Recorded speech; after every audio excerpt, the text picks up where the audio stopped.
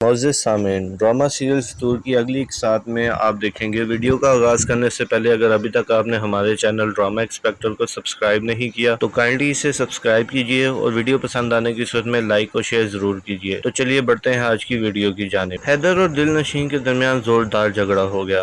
حیدر غصے میں تلملا کے بولتا ہے کہ دل نشین باز آ جاؤ، نہیں تو مجھ سے برا کوئی نہیں ہوگا اور اس جھگڑے کا انجام بہت برا ہو سکتا ہے۔ آگے ہی تمہارے ساتھ یہ رشتہ بہت نازک ہوتا جا رہا ہے اور میں نہیں چاہتا کہ غلط فہمی میں آ کر ہم ایک دوسرے سے اتنا دور ہو جائیں کہ بعد میں چاہ کر بھی ایک دوسرے کے قریب نہ ہو پائیں۔ دل نشین بھی انتہائی غصے میں تھیں۔ اس نے بھی کہہ دیا کہ حیدر، میں آپ کے ساتھ نہیں رہنا چاہتی، بس میں نے بہت برداشت کر لیا۔ جس طرح آپ نے اور آپ کی والدہ نے میری تذلیل کی ہے، میں مزید اپنی ذلت برداشت نہیں کر سکتی۔ اب یہ تمام معاملات میری برداشت سے باہر ہیں۔ اور یہ کہہ کر دل نشین غصے میں کمرے سے باہر نکل گئی، جبکہ محمل کان لگا کر ان دونوں کی باتیں سن رہی تھی۔ وہ یہ سوچ کر کافی خوش تھی کہ آج دل نشین نے خود ہی حیدر کو کہہ دیا کہ وہ اس سے دور جانا چاہتی ہے، اور مزہ تو تب آئے گا جب اس کو علم ہوگا کہ وہ حیدر کو چھوڑ کے جا چکی ہے اور اس نے جانے انجانے میں کتنی نایاب چیز کو ٹھکرا کر چلی گئی ہے۔ ادھر حمزہ نے دل نشین کو کال کی اور کہا کہ دل نشین، تم برا مت ماننا، ردا نے جو تمہارے ساتھ سلوک کیا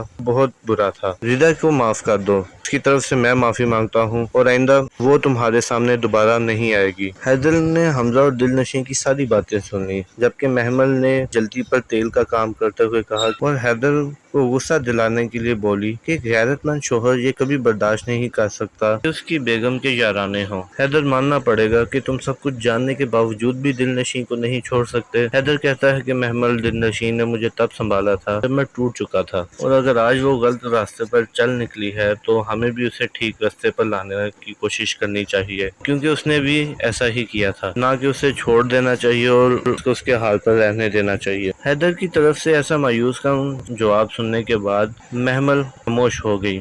دل ہی دل میں وہ جلنے لگی اور کہنے لگی کہ پتہ نہیں کب اس نشین کا خیال حیدر کے دل سے نکلے گا۔ دوسری طرف ردا نے جو باتیں دل نشین کو کی تھی وہ دل نشین کو بھول نہیں آ رہی تھی کہ آج ردا نے تانا دیا تو کل کو پوری دنیا اس کو تانے دے گی کہ پہلے شوہر سے طلاق لے لی اور یہ طلاق یافتہ عورت ہے۔ کئی طرح کے لوگ سوالات پوچھیں گے اور ایسے سوالات پوچھیں گے کہ جن کا شاید میں سامنا ہی نہ کر پاؤں، اور انہی باتوں کے خوف میں دل نشین نے حمزہ کو کال کی اور حمزہ سے کہا کہ حمزہ پلیز تم اپنے دل سے میرا خیال نکال دو، میں کبھی تمہاری نہیں ہو سکتی۔ حمزہ نے دل نشین سے کہا کہ یہ پاگل پن ہے۔ دل نشین نے کہا کہ پاگل پن نہیں، یہ محض ایک انکار ہے اور تمہیں انکار ہی سمجھو۔ دل نشین سے انکار سننے کے بعد حمزہ آگ بگولا ہو گیا اور کہا کہ ردا، یہ سب کچھ تمہاری وجہ سے ہوا ہے، میں تمہیں زندہ نہیں چھوڑوں گا۔ حمزہ اپنی بہن ردا کی جان کا دشمن بن گیا، کہتا ہے کہ میں اسے جان سے مار ڈالوں گا، اس نے جو میرے ساتھ کیا میں اسے کبھی معاف نہیں کروں گا۔ حمزہ دل نشین کو نہ ملنے کی صورت میں پاگل ہو گیا۔ دوسری جانب حیدر بہت خوش تھا کہ دل نشین نے اس کا